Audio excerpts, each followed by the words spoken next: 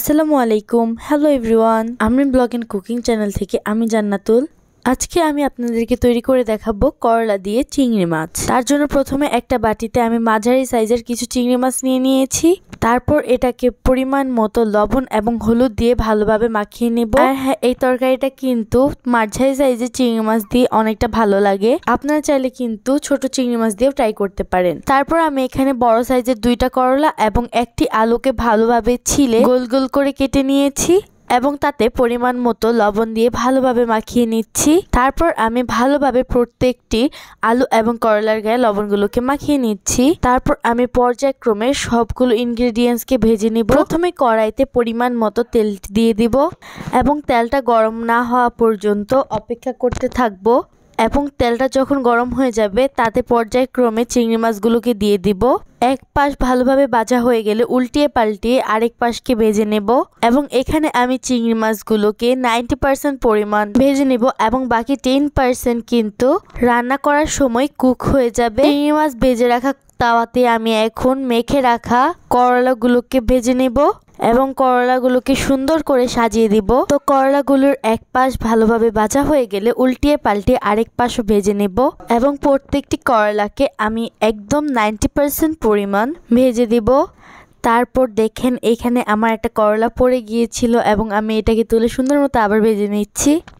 And সবগুলো করলাকে সুন্দর মতো সাবধানতার সাথে উল্টিয়ে পাল্টিয়ে নিচ্ছি। তো একই করে আমি আবার আলুগুলোকে সেম প্রসেসে ভেজে নিচ্ছি।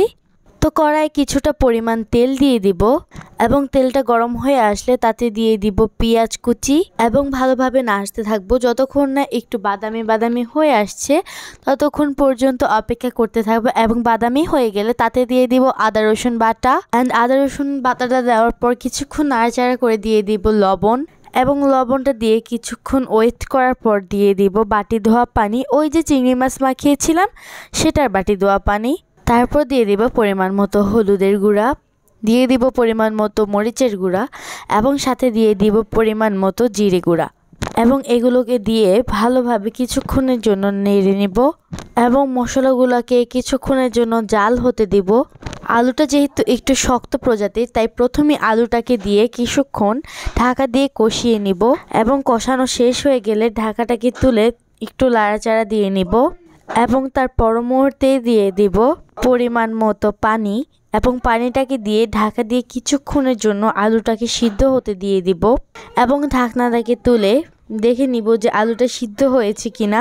এবং আলুটা যদি ভালোভাবে সিদ্ধ হয়ে যায় তার মধ্যে দিয়ে দিব ভেজে রাখা করলা এবং চিংড়ি মাছগুলো। করলা এবং চিংড়ি মাছ যেহেতু একটু আলু থেকে নরম তাই এগুলোকে কিন্তু পর্যায়ক্রমে পরেই দিতে হবে এবং এগুলোকে বেশিক্ষণ কিন্তু সেদ্ধ করা যাবে না এবং সেদ্ধ করার ফলে কিন্তু এগুলো খুলে যাওয়ার সম্ভাবনা থাকতে পারে।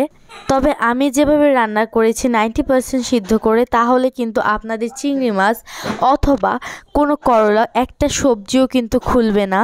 তরকারিটা যেহেতু হয়ে এসেছে তাই দেখে নিলাম যে হ্যাঁ প্রত্যেকটা সবজি আপনাদেরকে দেখিয়ে দিচ্ছি যে সুন্দরভাবে কুক হয়েছে এবং প্রত্যেকটা সবজির ভিতরেই কিন্তু জাল তেল মশলা সবই ঢুকেছে।